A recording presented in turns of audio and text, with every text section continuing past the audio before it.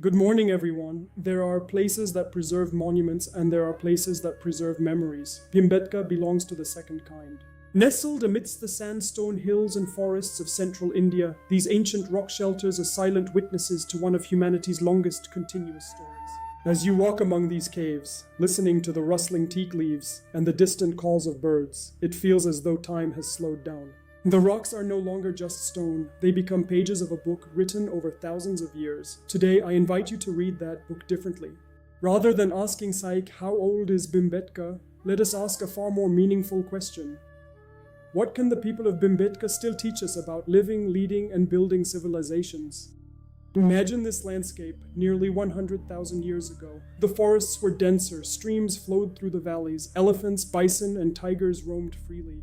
Among these massive sandstone shelters lived small communities of hunter-gatherers. Their lives were not easy, yet they were deeply connected with their surroundings. Survival depended not on strength alone, but on observation, cooperation, and wisdom. The people of Bhimbetka did not see themselves as masters of nature. They lived with nature. The paintings on these cave walls beautifully capture this relationship. We see graceful deer, mighty bison, and hunters moving among them. Humans are rarely portrayed as conquerors.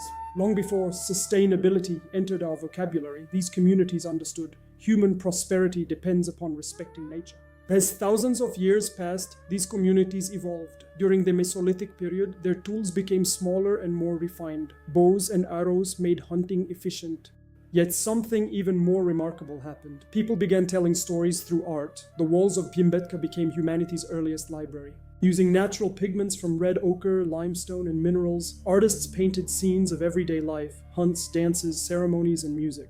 These paintings were records of knowledge. They preserved memories and educated children. They demonstrate that artists occupied an honored place in society. Generation after generation continued painting these shelters. New paintings appeared beside older ones rather than replacing them. Tradition and innovation coexisted. Bhimbetka chose to encourage creativity. Modern organizations invest in innovation, but Bhimbetka reminds us that creativity flourishes where people are given the freedom to express themselves. One of the most fascinating shelters is the zoo rock. Here, numerous species appear together in extraordinary detail, but imagine its original purpose. Children may have learned to identify animals here. Knowledge was shared visually, making learning accessible to everyone. The rock itself became a classroom. Even today, the greatest organizations understand that knowledge should never remain confined.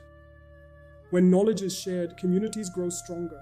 Another remarkable place is the Auditorium Cave. Standing inside it, one immediately senses that this was different. Its vast chamber seems designed for gathering. Near its center lies the Chief's Rock and ancient cupels. This may have been a gathering place where stories were narrated, disputes discussed, and decisions made. Civilizations advance when people learn to sit together and listen. Before boardrooms or parliaments, there were places like this. Leadership has always begun with listening. As life changed, the people of Bhimbetka adapted. Trade slowly emerged and knowledge expanded. Yet one thing remained constant: community. Many paintings depict groups rather than individuals. They hunted, celebrated, and danced together. This is a great lesson. Successful institutions are built by teams. Why invest in dance when survival was difficult? Because shared celebrations build trust. They were creating culture thousands of years before the word existed.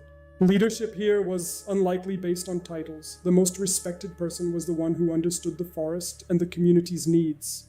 Wisdom created trust. As I walked through Bhimbetka, I realized something profound. These caves are not silent, they are filled with voices from our shared prehistoric past. They remind us that civilization is defined by relationships, cooperation, and shared purpose. Achievements emerge when we choose collaboration over conflict. The answers for our future may not always lie in creating something new. Sometimes they lie in remembering something very old. This is our leadership school. I invite you to subscribe to Dreams and Miles. What story will we leave for the generations that follow? Thank you for exploring Bhimbetka with me.